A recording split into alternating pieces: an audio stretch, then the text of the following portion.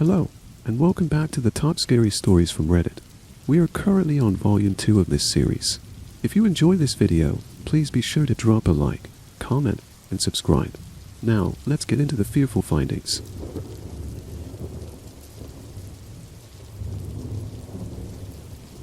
I always wondered why my godfather lived in the sticks and always carried a gun.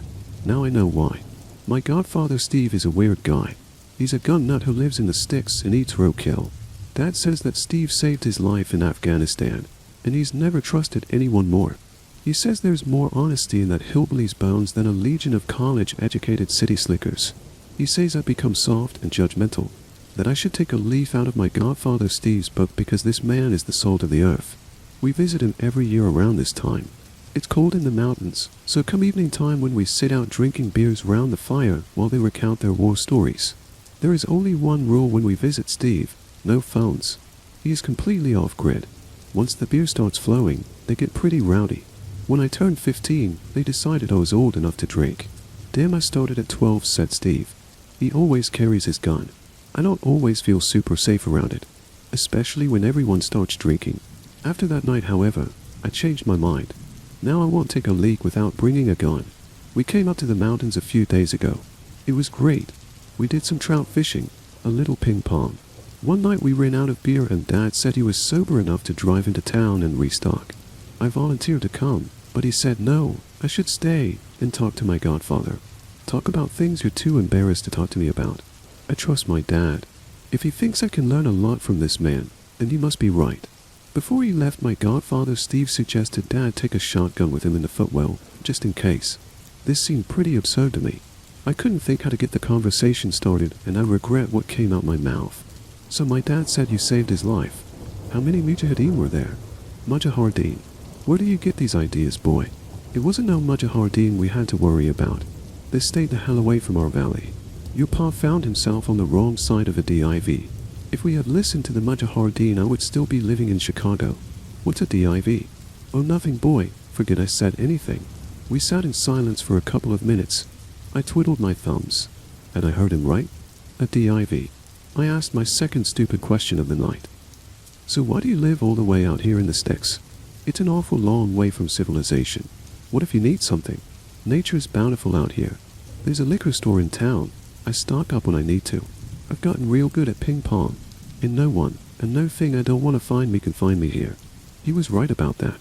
There was no chance you could find this place if you didn't know exactly what you were looking for. My godfather reached into the breast pocket of his military jacket and took out a hip flask with something engraved on it that looked like Arabic. Before you ask, it's Farsi. It has the same script as Arabic Wagner in full. This here is a spell to keep the div away. That's why I keep it in my breast pocket close to my heart. You want some? What is it? What do you think, boy? It's hard liquor.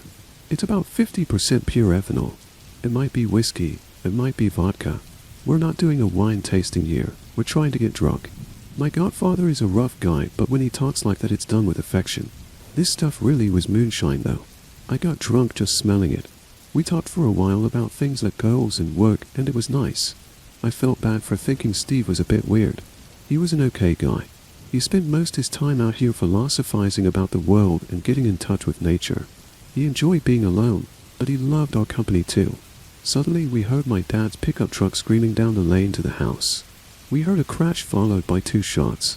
We ran around the side of the house just in time to see my dad limping up the driveway. It's found us. It's here. Get inside. My godfather grabbed me with one hand and pulled out his revolver with the other. He chucked me inside and held the front door open for my dad. He emptied his revolver into the night with 6 shots, then shut the door and turned the lock. Did you get the beer? What? Yes, I got the beer. It's in the truck. That's a damn shame, 'cause I could really do with a beer right now. My dad and godfather started laughing. Batten down the hatches, shouted my godfather. We ran around the house closing windows and locking doors. We were too full of adrenaline to be scared yet, but that would come soon enough. Both these men, my godfather Steve and my dad, they knew the nature of what stalked us, and they had been preparing for this day for a while now. I was about to find out just how my dad's life had been saved and exactly why my godfather lived in the middle of nowhere. How do you think it found us? I don't know, goddammit. Boy, did you bring your phone? I reached into my pocket for my phone. I know I had broken the rules by bringing it, but thank God I did, because now we could call someone for help. But Steve looked at me in disbelief. It's okay, boy, you weren't to know. God damn it, couldn't you have one weekend off the TikTok? My dad tried to explain. 21st century warfare breeds 21st century demons, son. It first showed up on our radio, then at the door. Because it took the form of people in our unit, it was able to move among us, picking us off one by one. Once the thing locks onto you, it won't stop until it finds you and kills you. It locked onto me that night in the valley. Moments before it could kill me, Steve played a ruse and lured it away. It's been chasing him ever since. But why is it here? You can run from your demons for only so long. It moves through the communication systems and finds a way. Can we defeat it? Not really. A bullet will slow it down and sap a bit of energy, but it'll be back. It's out there right now licking its wounds, but you can bet in 10 minutes' time there will be a knocking at the door. Steve came out of the basement. He was armed to the teeth. The plan was to empty as much ammo into its physical form as possible, then my dad would lure it away. It was his turn to be on the run for a while. I wasn't happy with this plan at all, but then I saw something that made my heart leap with joy. My mom was walking up the driveway. She must have known something was up somehow. She could drive us home. Dad, Mom's out there. No, she's not, son. Son, stop. But it was too late. I had opened the door. My mother grabbed me, then stuck out her tongue, but it was over a foot long. Her eyes became wide and dark, and she whispered something in a language I couldn't understand. My dad ran and cupped my ears while Steve took a big swig from his hip flask. He spat the booze in a long plume and managed to light it as the last of it left his mouth.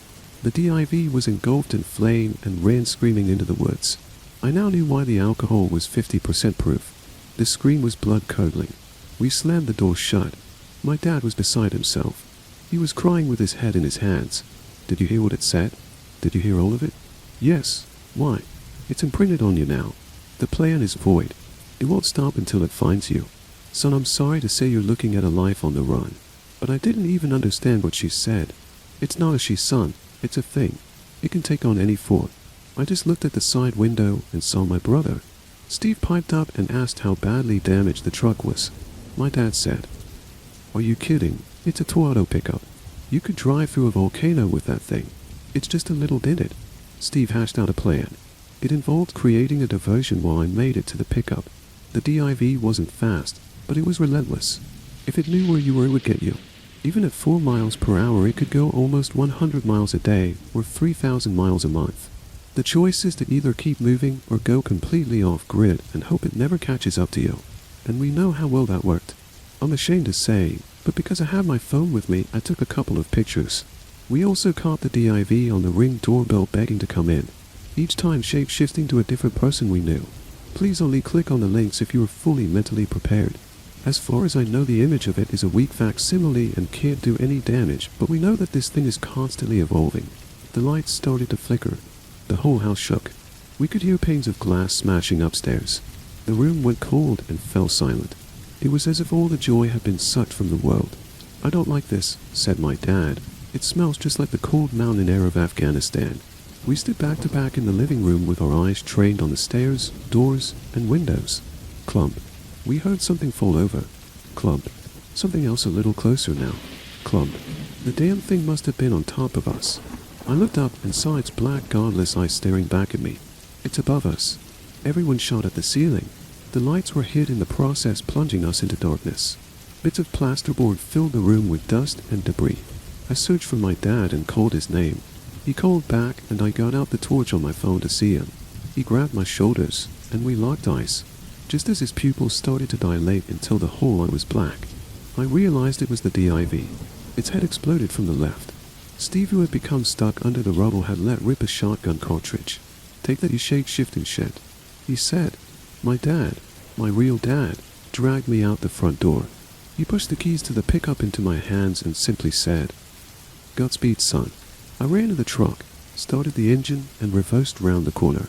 In this moment, the headlights caught my dad's silhouette on the porch just as 2 gangly arms wrapped themselves around his chest and pulled him back inside. I sped off down the lane. About 5 minutes passed when I reached a fork in the road.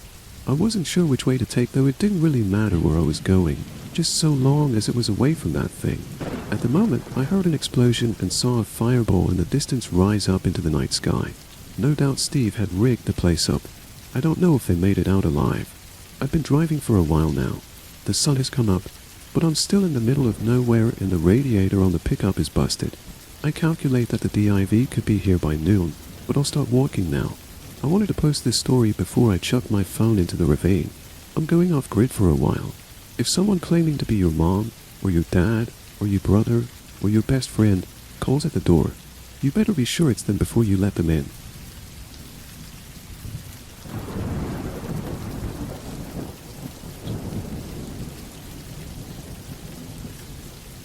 I think my grandmother is dead, but no one else seems to notice. I am shaking as I write this. I've thought about calling the police, but I haven't figured out if I'm losing my mind or if my entire family has lost theirs. Maybe I will wake up soon and this will all have been a terrible nightmare. For context, I am an only child and the only grandchild of my last living grandmother.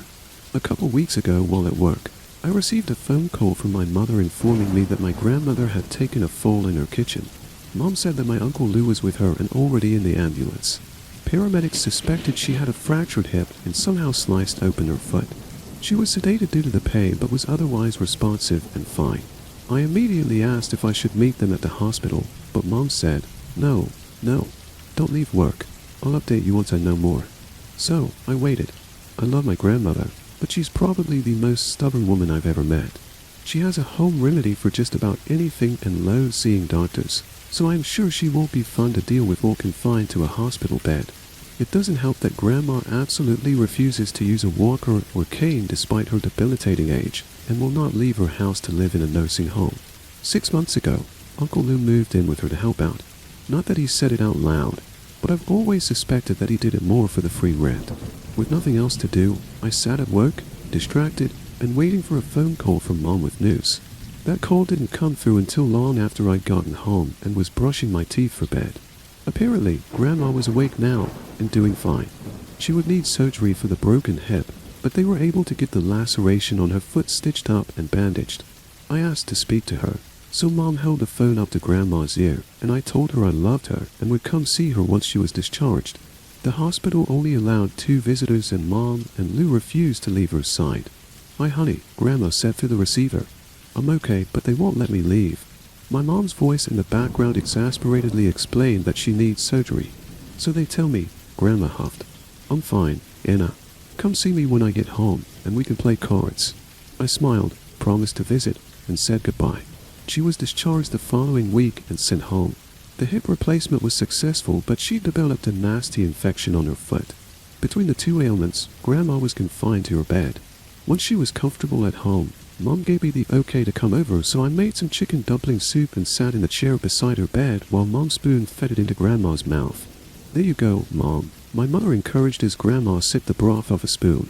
I could tell Grandma was wildly out of it. I had been expecting an earful about having to use a bedpan, but due to the cocktail of narcotics and antibiotics, she merely grumbled in annoyance at Mom's and Lou's constant hovering. For what it was, she seemed in good spirits if not exceptionally tired. After about 2 hours and 2 small soup mishaps, I got up to leave. Mom saw me to the door. "She'll be fine, Anna," Mom reassured. "Lou and I are taking care of everything. Don't worry." I left feeling optimistic that my grandmother would be back to her Spitfire self relatively soon. But that visit with the soup was over 2 weeks ago now. Not long after, Mom took a leave of absence at work and holed up in Grandma's house with Uncle Lou. Each time I called, Mom gave a new excuse as to why I shouldn't visit. Risk of infection, flu season, fatigue, bowel issues, you name it. At first, I accepted these excuses at face value. They seemed legit, but I can't even get Mom to put Grandma on the phone anymore. I made more soup yesterday and dropped it off, but Uncle Lou met me at the door and said it wasn't a good time, but he'd make sure she got it. "And we always let her know when you call," he assured. I noticed that there was an intense floral and yet antiseptic scent coming from the doorway. "Your mom won't stop cleaning," he explained. Frustrated, I called and complained to my father on my way home, but he defended Mom, like always. "She's always been like this," he reminded me. "They're extremely close, your mom and Grandma. And Lou? Well, this just seems like classic Lou. You know, this is the first time they've really had to face the reality of their mother's age. They're just protective and scared to lose her." I figured he was right, and I hung up the phone feeling a little less unsettled. On Grandma's 89th birthday, however, I decided I wasn't going to take no for an answer. I would go over there and give her the present I purchased for her, a new thriller by her favorite author. I arrived at the house in late afternoon and noticed all the blinds were closed. Being that it was a warm spring day, it was common for Grandma to have all the windows open and drapes open, letting in both the sunlight and fresh air. I knocked twice on the front door, but no one came. I knocked again. No answer. I tried the knob, but the door was locked. I paused for a moment, considering that maybe no one was home. Maybe Grandma had a follow-up with her surgeon. But both cars were in the driveway, so I knocked again, louder. The door opened a crack and a foul odor filtered out, nearly choking me. "Mom," I exclaimed, when her face appeared on the other side of the door. "What is that smell?" Seeing it was only me, she opened the door another inch. "The infection's gotten worse, but we're monitoring it. Should I call an ambulance?" I asked in a panic, pulling my cell phone from my pocket. No, Anna," she quickly reassured me. "We have it handled. I stopped by and picked up refills of her antibiotics earlier, and we've been on the phone with her surgeon." Relieved, I took a deep breath, but the smell was so overpowering. "Mom, that smell is ungodly. Why don't you open the windows?" "We tried," she said, but she got so cold. Mom shrugged and didn't move. "Can I come in?" I asked, attempting to look over her shoulder into the dim house. I really didn't want to go inside due to the smell, but if Grandma wasn't doing well, I wanted to see her. "I don't think it's a good idea," she murmured. "Where's Uncle Lou?" I asked. "Upstairs in his room." Her voice was reassuring, but the smell turned my insides. Surely a smell like that could only mean bad things. I pushed the door open and Mom protested. "Just come back another day when she's feeling better. I promise you that, Lou, and I have this under control." In the kitchen, the odor was strong but mixed with the smell of bleach. I couldn't tell if that made it better or worse. "At least let me see her and give her a birthday present." Mom looked down to see the wrapped gift in my hands and sighed. "Of course," she said. "Gosh, I'm sorry. We've just been so preoccupied. I'm sure she'll love it." At that moment, Uncle Lou came trotting down the stairs and smiled at me. "Anna, Mom will be so happy you're here." I looked at my mother incredulously. She was staring at her feet now. What was going on? Uncle Lou continued down the hall, and I could hear him as he opened the door to Grandma's bedroom. "Mom, you have a visitor for your birthday." The smell of the house was searing my nostrils, but I wasn't going to let Grandma know I was repulsed by it. Mom led me down the hall to Grandma's bedroom, instructing me along the way to put on a brave face. I plastered a smile across my face as I turned the corner into the room. Grandma was sitting up in bed, and Uncle Lou had taken a seat on the mattress beside her. His body obscured most of the view, but I could see her feet where they stuck out from under the quilt. The toes on her right foot were black with crumbling toenails and festering sores. The sheets under her heel were stained yellow from dried pus. Lou was prattling onto her, but Grandma didn't respond. "Isn't it nice for Anna to come see you on your birthday, Mom? Goodness knows you've been through a lot this month. She has a present for you." He turned expectantly to me, his profile moving just enough to reveal Grandma's form where she sat up against the pillows. I will try to explain the horror I witnessed, but I know words will never do it justice. My stomach flipped and I froze. Grandma's dull, lifeless eyes stared straight ahead at the wall, unblinking and glazed over. Her eyelids were crusty and her jaw hung widely agape with sagging lips, revealing a gray fuzz that had begun to coat her tongue. Uncle Lou patted her leg while Mom hastily pulled the quilt back down over her feet. I barely heard as Lou explained how cold she's been from the infection. He picked up a tissue from the box on the nightstand and began dabbing at the corner of her mouth. "She doesn't talk much due to the heavy sedation she's under," he explained. I couldn't tear my eyes away from the pallid, gray skin of Grandma's face and how it was starting to sag in ways that had nothing to do with her age. Flies buzzed overhead and Mom picked up the fly swatter and began swatting wildly at them. "Goddamn flies," she mumbled. "They won't leave her alone." One of the flies circled Grandma's face and landed in her open maw. Uncle Lou merely shooed it away. "She's been sleeping sitting up like this for the past week or so," Mom explained, patting Grandma's now covered feet. "The pain is just too much for her to lay down. We tried, but her muscles spasm and she can't move." My knees were shaking and I could all but back out of the room, reaching for and pressing myself against the opposite wall. Vomit crept up the back of my throat. "It's okay, Anna," Uncle Lou said from inside the room. "I know it's hard to see her in such a state, but that's why your mom and I are here to take care of her. We agreed we wouldn't let her go back to that hospital. They've already messed up so much of her care." You saw her foot and what the doctors did to it. How a hospital could let gangrene go unnoticed is beyond me, Mom agreed. We've been sponge bathing her regularly, airing her feet, and changing the bandages frequently. It seems to be helping, right, Mom? She asked, squeezing Grandma's ankle. I tried to put my head between my knees, but the smell was so overpowering. Mom stepped out in the hallway and touched my shoulder. I recoiled. Oh, Anna, I am sorry. This is why I didn't want you to come over. The gangrene smell is hard to tolerate, and I didn't want you to have to see her like this. Not knowing what else to do, I pulled her into the kitchen and said in my most steady voice, Mom, why didn't you tell me Grandma had passed? Mom's face didn't change. She just looked at me. What are you talking about, Anna? She's right there. You saw her. Yes, I did see her, I agreed, pointing at the bedroom down the hall where the smell was so strong that I was close to passing out. But Grandma is dead, Mom. You know that, right? She is very obviously passed away. Mom's eyebrows narrowed and she pursed her lips. Listen, Anna, I get that this is hard for you. Hell, it's hard for all of us. But if you're saying this just to hurt me, it's not going to work. Stop being a brat. Your father is on his way over with a birthday cake. The room began to spin, and I needed to get out of that house immediately. I tossed the present on the kitchen table and grabbed my bag, fleeing out the kitchen door and into my car where I took deep gulps of fresh air.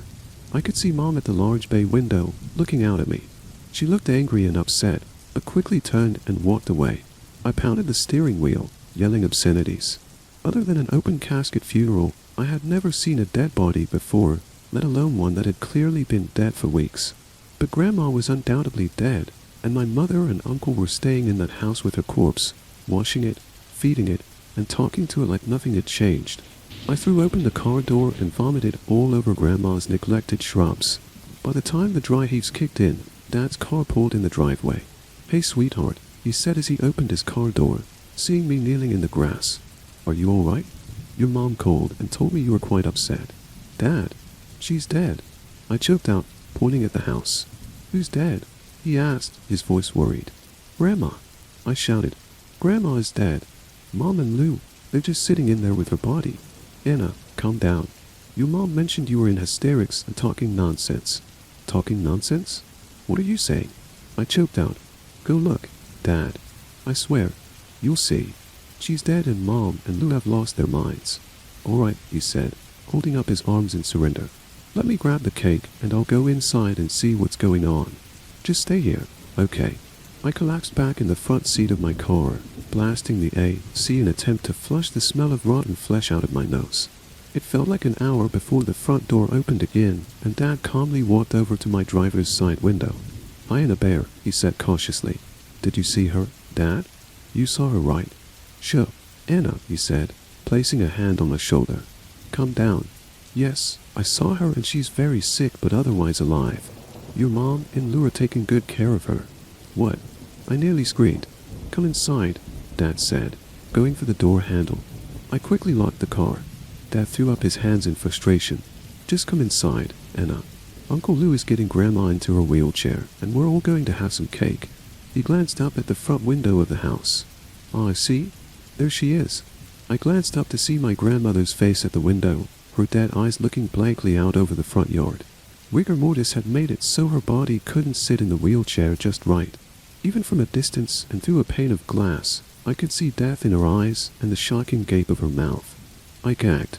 Her face looked even more twisted now, as if she'd taken her last breath in a tremendous amount of pain. But what made me scream in abject terror was that her cloudy pupils seemed to turn ever so slightly toward me. I threw the car into drive and sped out of the driveway, ignoring the shouts of my father and Uncle Lou bursting out the front door. I didn't dare go home where I was sure my father would follow. Were they right? Was she actually alive? It's not like I checked for a pulse or air in her lungs before I took off. I didn't touch her at all. Could it be me then? Was I the one having a nervous breakdown? I don't know what to do now. I'm absolutely terrified. Worst of all, when I close my eyes, all I see is my grandmother's rotting face.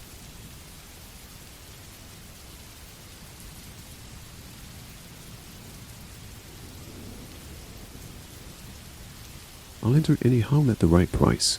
But after what I saw yesterday, I'm not sure anymore. The strange, solitary house was creepy as fuck, but it was another paycheck. and if I stopped going to strange houses, I'd be out of money.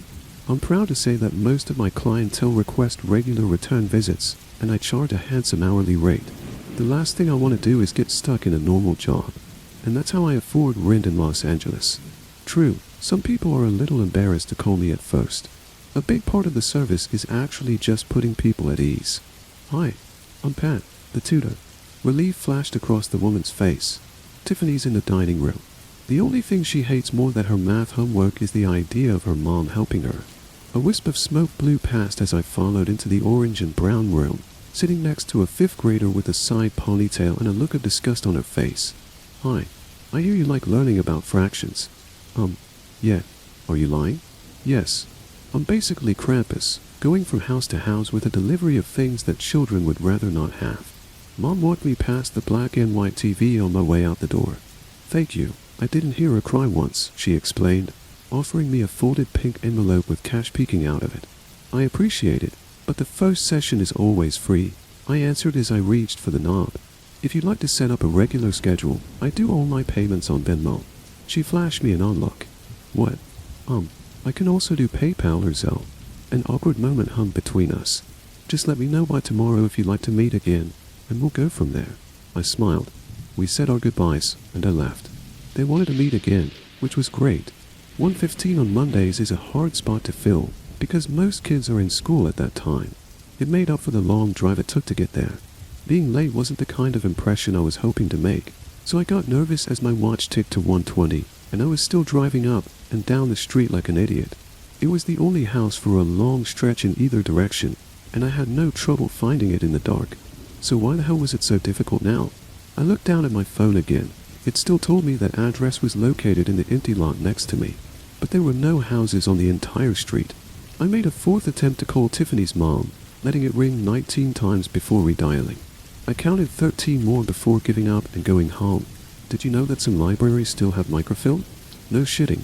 I met the next day's student at the public library and had 30 minutes to kill between sessions, so I looked up Tiffany's address in the town newspaper.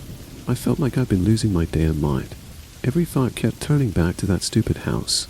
I'm a math tutor. I hate not having the answer. I found the answer, and I hated it. 2 killed in fire, destroying house. Below the headline were grainy pictures of Tiffany and her mother. They'd been alive long enough for distant neighbors to rush to the far-off home and listen to their death screams. But everyone had been too afraid to go inside and help. The story was dated May 17, 1985. The fear made me sick. I kept trying to find something I was missing, a reason that I was wrong. I'm a very logical person. There's no way I'd gone to visit 2 dead people. So the logical part of my mind turned it over and over, and concluded that the most reasonable explanation was that I'd gone to visit 2 dead people. I called and canceled my next student because my head was too fried for polynomial functions, and I drove home in a daze. I was convinced that a ghost lurked in every shadow that I couldn't see, so I spent the drive whipping my head back and forth in frustration at my inability to view literally every single thing at once. I locked my front door, closed my eyes, and turned around, relaxing my shoulders one breath at a time. I didn't know how long I needed to shut out the world, but I knew that I had to stay inside my house until I got my head screwed on straight. I just didn't feel safe anywhere else. I sighed and opened my eyes. No. Getting slowly to my shaking feet, I stared at my dining room table, wanting to look away but physically unable to do so. Step by step, I moved until I was standing directly over it. Sitting before me was a charred, folded pink envelope with cash peeking out of it.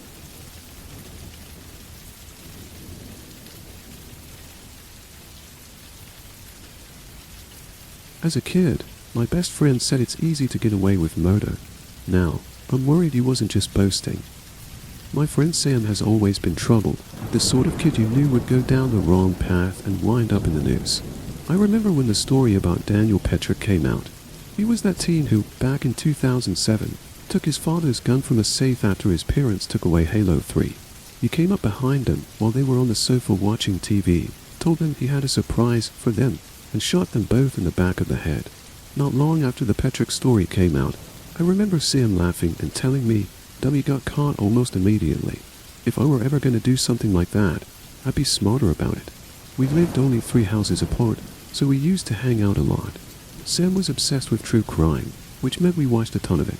He was drawn to the most heinous stuff. Like Catherine Knight, the woman who in 2000 butchered her husband and cooked him up into a meal and hung his skin up to dry. The officers who came to her house brushed against the skin thinking it was a curtain. This was way inappropriate for 12-year-olds, of course, but neither of us had very involved parents. Maybe because of all this stuff, Sam was convinced that evil was pretty much everywhere. Dude, he said, if this is how much we see, the people who are caught, how many do you think get away with it? Not many, I said confidently. If they did, we'd hear about it in the news. People would be disappearing. But think how many might be labeled accidents. What are really murders? Falls down the stairs, heart attacks. I bet so many people bump off old folks when they don't want to take care of them, or want their money. Doubt it, I said again. It would be so easy, said Sam.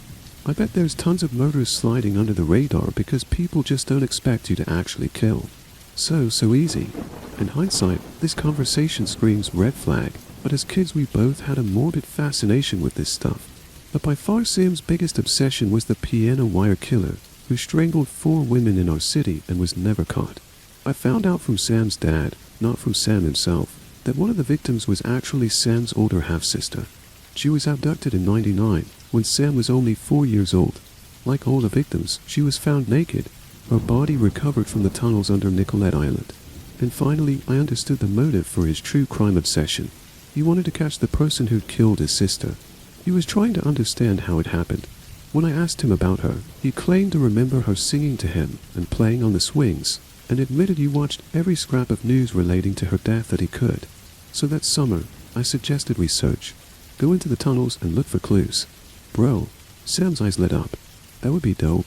We spent a whole summer scoping out those tunnels, winding through unlit utility passages seemingly forever through the cool dark.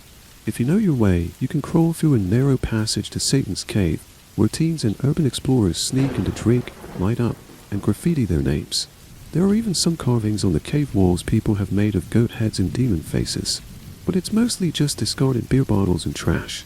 The explorations were thrilling, but the closest we found to anything suspicious was a switchblade, a discarded baby doll, and a loop of wire that seemed likely to have come from a bracelet. Sam insisted the news was all wrong, that the killer wasn't anything like people suspected. Maybe he was right, but he was wrong about the tunnels. There was no evidence there of any killer whatsoever, piano wire or otherwise. After that summer, our interest shifted from true crime to video games. We played lots of shooters. I got into sports, taekwondo, and later rowing, backpacking, any wilderness stuff. Sam got into drugs. We'd still occasionally meet up for a hike. I go for the nature, he'd go for the opportunity to light up and escape his parents' constant squabbles. But I saw less and less of him. By the time I entered college, he was in and out of jail, getting in trouble for dealing, for breaking and entering, petty crime stuff. The last time I heard from him was when he called me from jail, asking me to bail him out, reminding me what good friends we used to be, reminiscing. Hey Rufus, he said, remember that summer we spent searching the tunnels? Yeah, pretty transparent, trying to tug at my heartstrings with a bond that had wilted years ago. But I smiled anyway because those were better times. That was dope, he said. We never did find much, did we? Nope. Bet if we searched those tunnels now, things would be different. Hey, maybe we go again once I'm out, yeah. Sure. So, I was wondering if you could do me a favor. Yeah, okay. I was a sucker. I went and bailed him out later that day. We made plans to hang out, maybe to explore those tunnels again. I knew he'd blow me off, but what can I say? He was an old friend and I felt bad that he'd wound up this way, while my life was pretty steady. What's more, he found out while in custody that his dad had died. Suicide, apparently, which was not a surprise to anyone who knew Sam's father, but nonetheless surely must have hit Sam hard. Sam was worried now about his mom, having to raise his baby sister alone. Plus they needed money. They always needed money. He wanted to go check up on the two of them, make sure they were doing okay without his dad. I told him I was here if he or his family needed any help. I gave him my condolences. He just smiled and told me thanks, and didn't mention his father again on the drive back. You know they actually found new evidence in the case? He said to me when I dropped him off. Shit, really? Yeah, the ghost of a smile. I'll tell you about it next week. But he didn't get a chance. I got a voice call from him 2 days before we were supposed to meet up. The call dropped before I could answer. When I tried calling him back, it rang a few times and stopped. My subsequent calls went straight to voicemail. Sam ghosting me was nothing new. But when our appointed meetup passed and he still wasn't replying to me, I messaged his mom. She said he left ranting about the piano wire killer and the tunnels, but she thought it was just his usual talk. He was always spouting big ideas and conspiracy theories, never amounting to anything. She started to complain how she'd thrown her back out, and with him running off again, there was no one to help but Maisie, his little sister. The trash and laundry were too heavy for her to lift by herself. I told her I'd come by later, but now I was truly worried for Sam. Called, messaged, even reported my concerns to police, but they jumped right to assuming he'd skipped town to avoid a court hearing, which was, I admit, a pretty plausible assumption. No trace of him anywhere. Still no signal from his phone. He'd gotten out of jail. Mentioned new evidence. Arranged to meet me. And vanished. I decided to check the tunnels. The entrance we used as kids was smaller and more overgrown than I remembered. I climbed down the embankment through brush and dry leaves, out onto the concrete ledge, and then ducked into the cool darkness of the tunnel with its low ceiling and narrow walls. Flicked on my flashlight. The faint odor of sewage wafted to my nostrils as I made my way forward, the only sound the echo of my boots treading on the concrete. After a while of running my hand along the cool brick, I paused and turned to glance behind me. The entrance had become a distant square of white light. Was this really a good idea? Well, obviously not. I might go stumbling into whatever had caused Sam to disappear. Besides which, I couldn't remember the directions to Satan's cave. And even if I did find my way in, what was I supposed to be looking for? You know, they actually found new evidence in the case? Sam's hand in our last conversation had me tugging out my phone, searching the news, and I was stunned at the headline that came up. 25 years after brutal killings, piano wire killer confesses. Well, Sam had seriously downplayed this. It wasn't just new evidence. The killer was actually in custody, and had confessed. So where the fuck was Sam, then? Maybe the police were right about him skipping town, leaving his mother alone to look after his sister, me scrambling to find him, and no one to pick up the pieces from his shattered life. I sighed and headed over to help his mom take out the trash. Sam's car was in the back when I pulled up, and my spirits lifted. I was eager to chew him out for all the usual trouble, but when I got inside, his mom told me he wasn't back yet. His car battery had died and he'd left by bike a few days ago. The house was a mess, filled with empty pizza boxes, several full garbage bags, laundry piled up. Sam's mom, Eleanor, had thrown her back out, I remembered, and couldn't lift heavy things, so without Sam, she had no one to take out the trash or carry loads of laundry besides Maisie, and Maisie wasn't a very consistent helper, being only 11 years old. Is that Rufus? Maisie came bounding down as I was collecting the trash bags. Her nose wrinkled. It smells like gas in here. You should help your mom more, I said. Once I'd cleared the trash out, I was getting ready to leave when on a sudden impulse, I went upstairs to the room Sam had been using, thinking you might have left me some hint as to where he'd gone. But I found the room taped off with a giant "Keep Out" sign. Maisie, bouncing up the stairs after me, told me no one was allowed in. Especially me, she added, making a face. Well, I'm his best friend, so I'm allowed, I said. But the door was locked. Undeterred, I started opening drawers downstairs in the main room. When we were little, Sam would sometimes lock his door and his parents would open it and tell him not to shut them out. I vaguely remember there being a key kept in a junk drawer. While searching, I called out to Sam's mom asking if she'd heard anything from him. She shouted back from the basement, "He'll turn up eventually." Like a bad penny. I grunted and opened a desk drawer. No keys, just old electronics and cell phones, and closed it. Then, opened it again and blinked. Sam's cell phone. I recognized it from the day I bailed him out. As soon as I had it in my hand, its heavy solidity made my pulse ratchet up.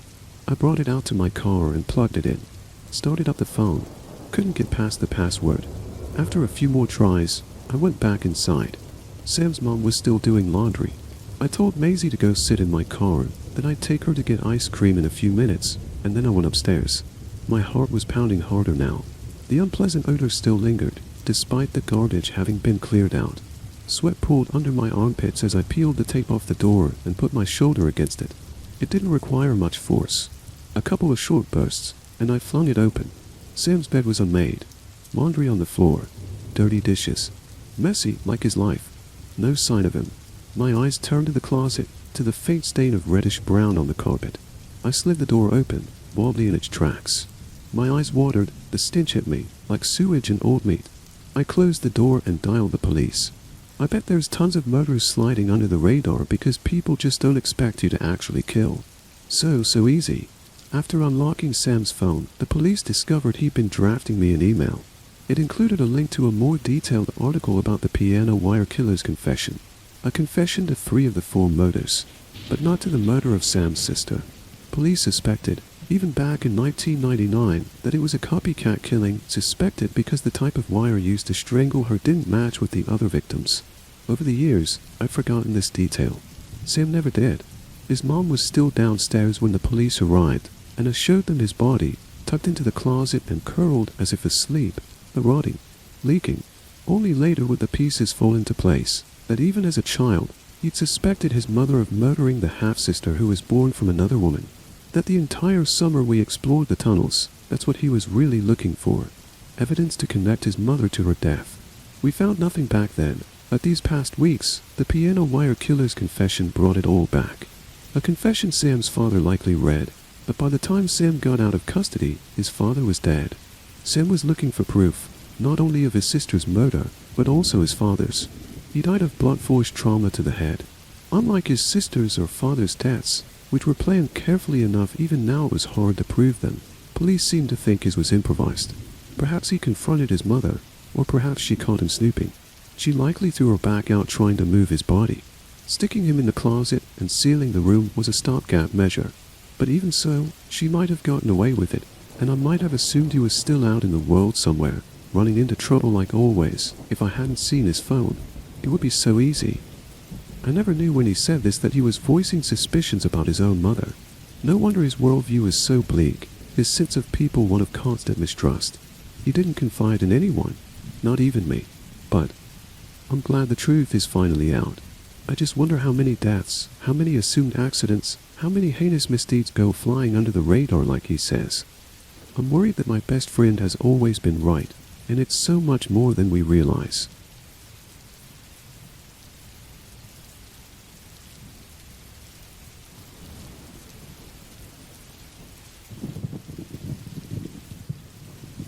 There's only 5 of us on this camping trip. We keep counting 6. There were bright flashes of red in the sky. It's as if someone was waving around a flare light from space, faint but noticeable. We all made UFO jokes and laughed as we nailed our tents into the ground. I knew for sure that there were 5 of us.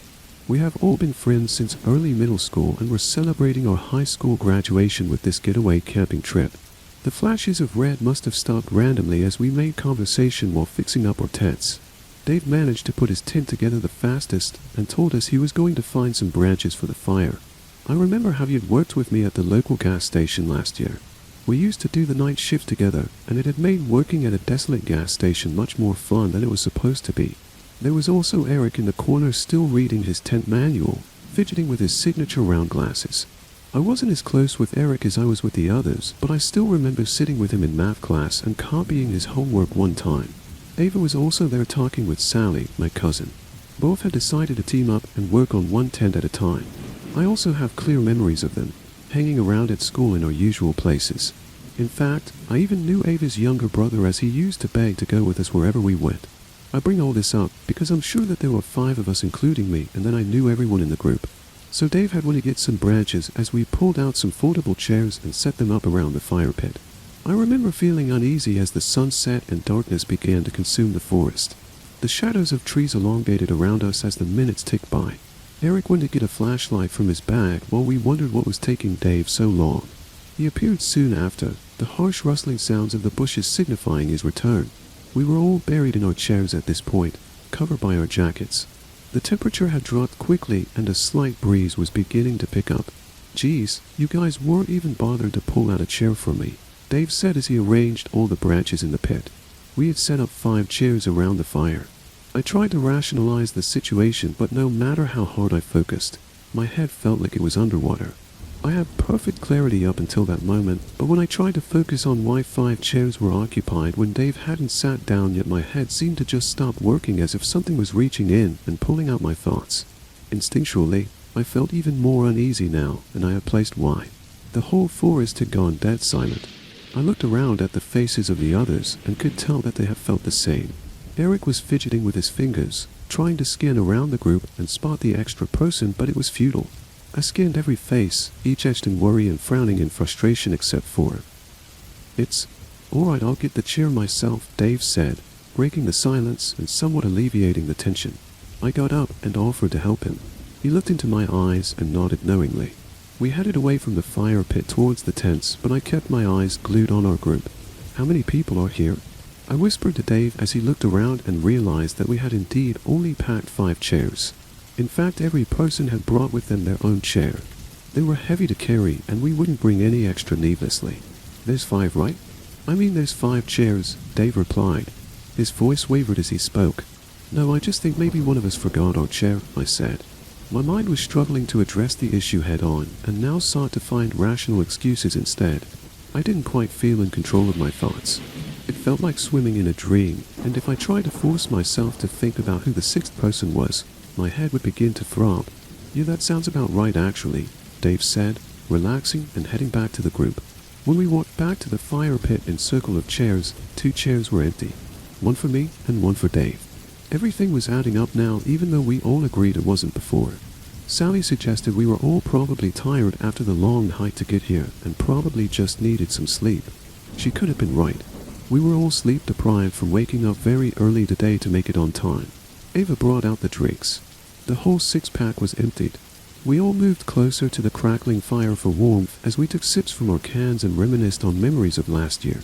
Ava was in the middle of telling us about that one time she was home alone with weird things happening in her house when I got these sudden chills despite the pleasant warmth of the fire. What felt cozy and safe moments ago felt wrong now, all because I realized that there was a crucial detail I missed. "Who started the fire?" I asked, completely interrupting Ava in the middle of her story and breaking everyone else's emotion. Everyone looked momentarily annoyed until they realized they had no answer. Once again I scanned the faces staring back at me, all barely illuminated by the light from the fire, all familiar and pale from fear. "Wasn't it you, Dave?" Eric asked. Dave shook his head. "I think the person standing behind Ginny did it," Sally said, looking over at me. I whipped my head around so quickly it hurt. My heart was pounding in my ears. There was nothing behind me except for the encompassing darkness of the woods. Staring at those tall dark trees behind me made me feel exposed. I felt like a lost bird in a vast field. "Wait, I mean." I don't know," Sally said. Her eyes had gone wide and she was shaking visibly. She continued to look around frantically as Ava moved over to her, placing her hands on her shoulders and trying to calm her down. "I think we should leave this place," Ava stuttered. "Yeah, something just doesn't feel right, but I can't put my finger on it," Dave said. "But it's so dark out in the forest now, we'd probably get lost if we leave now," someone else said. "Yeah, I think we should stay the night and leave as soon as we can tomorrow," Eric agreed. I tried to protest but realized Eric was right. The woods harbored an oppressive darkness within which navigation would be near impossible. "Let's not sleep in our separate tents just to be safe," Sally said. We all agreed. We only brought 1-person tents with us, but we could squeeze 2 if we tried. That way no one would be alone at night. Following this conversation, we all got up and made our pairs. I went with Dave and Sally like always went with Ava. Eric kept complaining that he didn't have a pair, but we reassured him he did. He wouldn't accept it. I feel like at some point we all realized that there were only 5 of us, and suddenly we were all huddling up in the middle of the clearing. "Why do we keep thinking there are 6 of us here?" Eric asked. Sweat was dripping down his face despite the cold. We had nearly left him all alone on his own under the assumption that there was another person. My stomach turned as I squeezed my eyes shut and tried to mentally recap everyone here. My head throbbed, but I kept pushing it. There's me, Dave, Eric, Ava, Sally, and... I was pointing at each of them as I said the name. I retched and emptied the contents of my stomach on the ground when I got past Sally.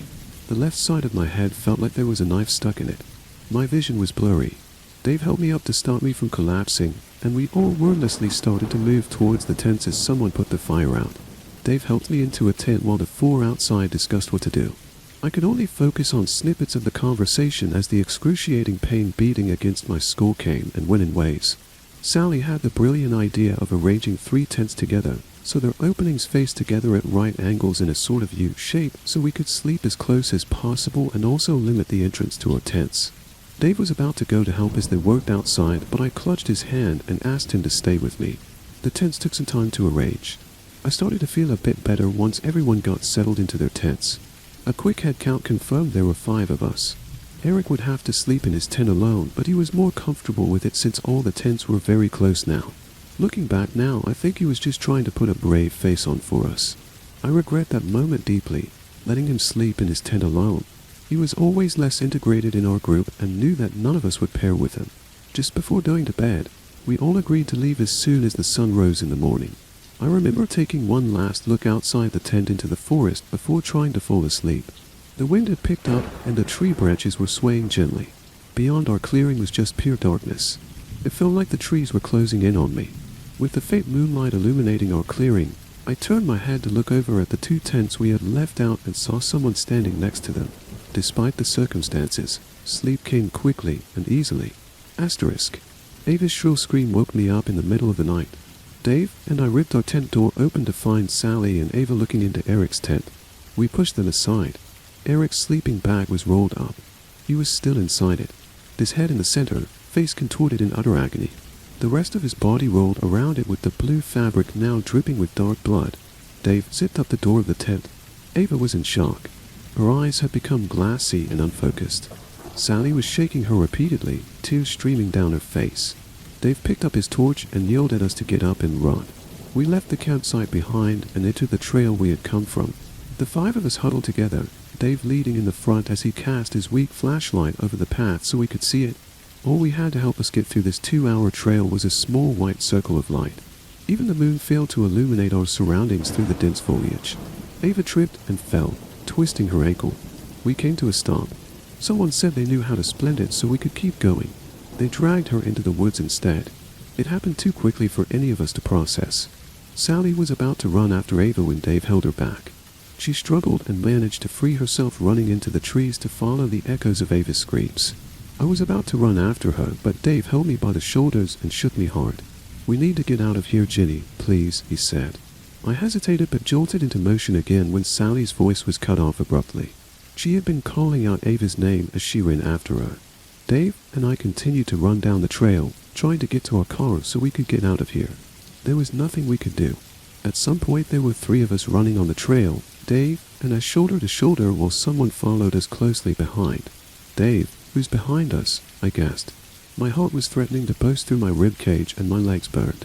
He turned to look at me. Confusion transformed into fear on his face and then into rage. "You keep running," he told me as he produced a pocket knife from his pants.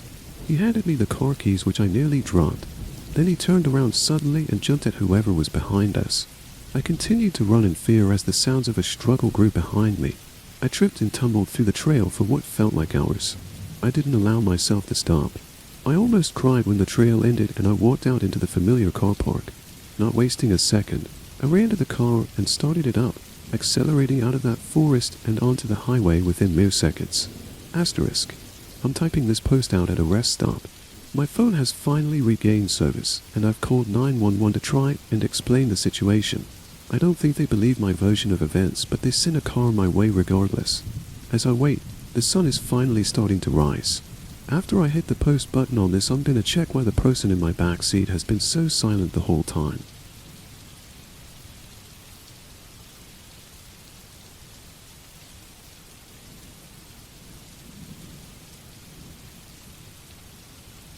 I've been playing tag with my best friend for 15 years.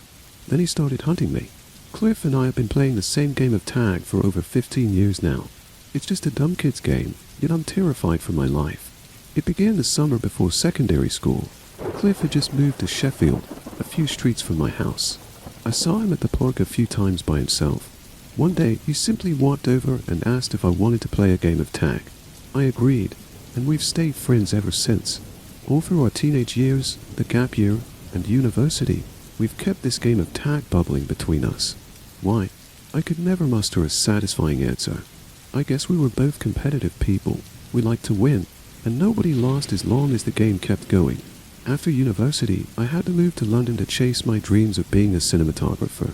Cliff was staying put.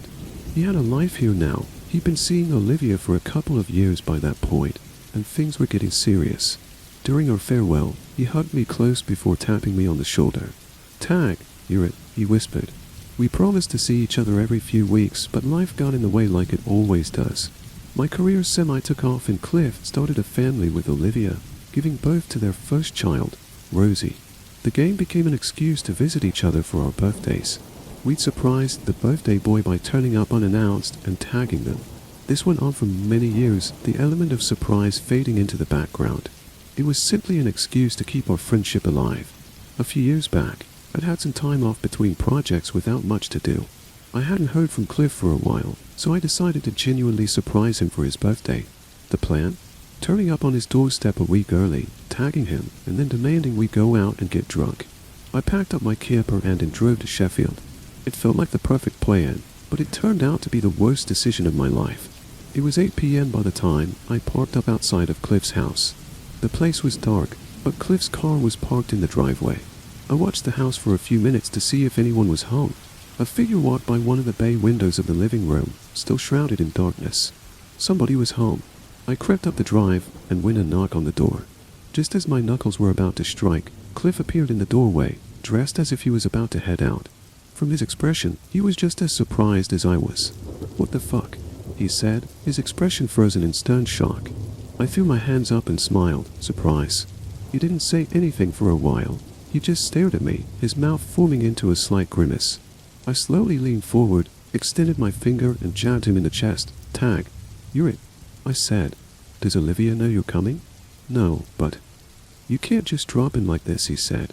"That's why I bought my camper van. I'll sleep in there tonight. I just want a couple of beers. Let me talk to Olivia. I'm sure I can convince her," I said. Cliff shook his head and yanked the front door closed with some force. "She's taken Rosie to see her mum for the week. Her grandpa is on his last legs." "Sorry to hear that," I said, waiting the appropriate amount of time before speaking again. "But am I right in thinking that means you're free tonight?" I gave him my best shitting-eating grin. Cliff looked back at the door, then at me. He kicked some mud off his shoe like a bashful kid. "Fine. A couple of pints. No more. I've got a busy day tomorrow," he said. After 6 beers, Cliff was in a much better mood. He seemed more relaxed than I'd seen him in years. I knew his job was tough, something complicated with finance. Great pay but terrible work-life balance. And raising a kid can't be easy. But now he was cracking jokes, buying tequila shots, and even sneaking a few cheeky cigarettes from me. It felt like we were teenagers again, just two best friends enjoying each other's company. Cliff came stumbling back to the table, 2 pints sloshing in his hands. He slumped into the stool next to me and slapped me on the back. "You really got me, man," he slurred. I wrapped my arm around his shoulder. "I was always the better player," I said. That always used to wind him up. He smiled at me like a banshee, all teeth and gums. "I'm gonna get you when you least expect it," he said, his tone almost musical. It took us twice the time to get home, with multiple sick and piss stops along the way. Our conversation dwindled as we eventually arrived at his house. I locked the camper in and went a step in. "You can come in if you want," he said, the first words he'd spoken in the last 10 minutes. His tone was desperate, like the lonely kid I met on the playing field all those years ago. My vision was spinning like a merry-go-round. "I don't think I'll make it. I need to sleep." "Sure?" he asked. I nodded, causing a sharp pain behind my right eye. The hangover headaches were already creeping across my skull. He was working the next day, so I promised not to disturb him. I HD'd a long drive back anyway and needed a few pit stops to pick up snacks and question my life choices before getting home. We hugged goodbye, and he squeezed me tight. I felt I was going to be sick. A week later, I thought I would be sick again, but for a very different reason. Back at home, I was prepping for a shoot when the police called. Did I know I'd spent the night with a murderer? Cliff had stabbed Olivia and Rosie the morning before I visited. 1 minute, he was having breakfast with his family. The next, he was puncturing holes into both of them with a fillet knife. Their blood was still oozing over the kitchen tiles by the time I arrived just a few hours later. He left them to rot there while we got drunk together. The police almost seemed delighted to talk to me, certain that I could shed some light on the case. That certainty was quickly replaced with mild shock and deep frustration as I told them that we'd spent the whole night together, and that I'd noticed absolutely fuck all. Cliff seemed fine. Better than fine. He seemed great. There was no motive, no suspects, and no leads. One thing was for certain, they'd been a happy family. No evidence of secret affairs or hidden debts. It was like Cliff simply decided to detonate the life he'd spent so long building. I loved Olivia and Rosie, and now they'd been wiped from the planet by someone I'd called my best friend. I spent the next few weeks in a daze, replaying the night endlessly in my head, searching for clues to what had happened to my friend of 15 years. You'd think all that time with someone would mean that you get a grasp on the kind of person they are. What a joke. We all wear masks, but some are hiding uglier faces than others. So much of the night was a blur, it was hard to piece it all together. But there was one moment that I couldn't shake. I'm gonna get you when you least expect it. Was Cliff still playing tag with me? The police said he'd gone into hiding somewhere in the Peak District. They were searching high and low, but they hadn't found a clue yet. He packed nothing and left on foot. The lead officer believed he'd gone out into the woods to die, that we'd find his body washed up in a ditch somewhere. I knew better. If there was still a hint of the old Cliff out there, he'd be plotting to get me back. He never liked to lose, and while he was losing. Months went, and still nobody knew where Cliff had gone. I knew he hadn't gone far, he was out there, creeping along the peripheries of my vision, waiting for the best opportunity to strike. I shed friends and jobs like a dying snake. I couldn't leave the house, knowing there was a chance he was still out there. He'd appear in busy crowds, smiling just like he did when I saw him after he'd murdered his family. Sometimes, the crowds would part, and I'd realize it wasn't Cliff. Other times, his features, now gaunt and wild, remained unchanged. One night, I was in my office reviewing some footage for a new film I was working on. I looked out my window, and there he was, crouched by my shed, obscured by shadows. I told myself it was just a trick of my mind. But then I saw his face, pale white and illuminated by the full moon. He was smiling. I grabbed my phone off the desk and called the police, but by the time they picked up, he was gone. Months turned to years, and Cliff still hadn't been found. Police had uncovered some human remains in a cave a few miles outside of Sheffield, but hadn't been able to identify who it was or how long they'd been there. Interest in the story dwindled, and everyone moved on to the next violent atrocity. Even I had stopped seeing him so much, except for the occasional nightmare. My bank account had dried up, and I needed to find work. I spent the last of my savings on a therapist to untangle me from the web of shame and paranoia that kept me trapped inside my house. Questions still plagued me. How was I meant to trust someone again? Do we ever really know the people we love? What made Cliff do what he did? I came to accept that I would never find out the answers. After many long and painful sessions, I finally started to feel like a shell of a normal human. I was able to leave the house, look people in the eye, and begin to rebuild my life. But the guilt never left. Even after all the pain I'd been through, at least I was still alive. That's more than can be said about Olivia and Rosie. I'd celebrated with the man who wiped them from this world and spent the night sleeping next to their corpses. I needed to move on from this nightmare, and the only way to do that was to say a final goodbye. I packed up my camper van and headed to Sheffield, to the cemetery where they were both buried. It was a cold, bitter winter morning. The wind tugged at my hair and clothes as I marched along the endless rows of crumbling graves, desperately searching for Olivia and Rosie. I eventually found them tucked away in a quiet corner underneath a great oak tree.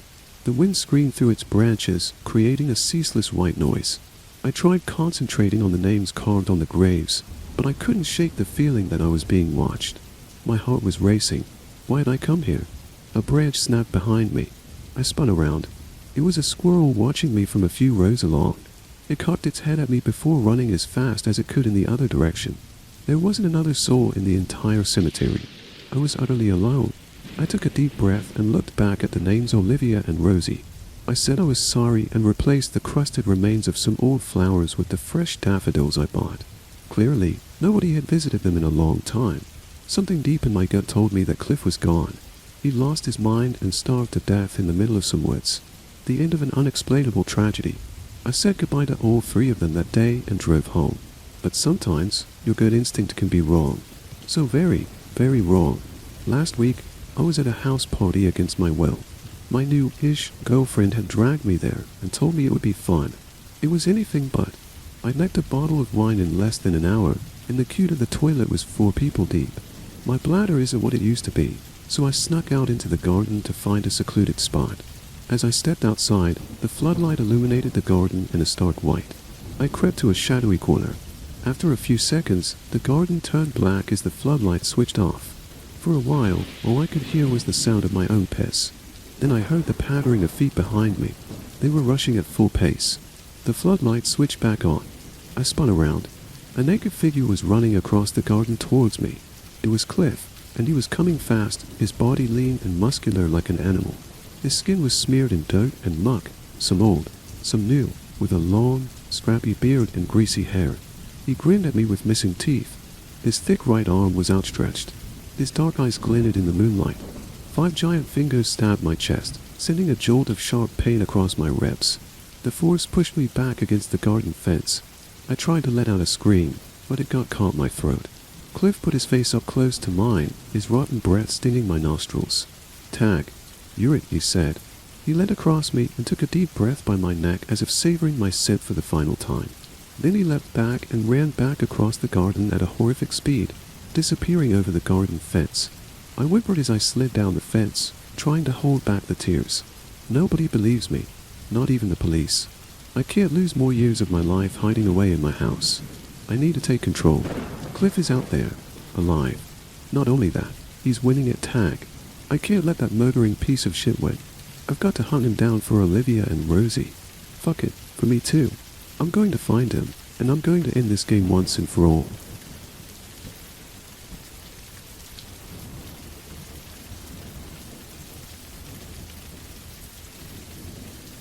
If you enjoyed this video, please be sure to like, comment, and subscribe. I appreciate the support, and thank you so much for watching the top scary stories from Reddit Volume 2.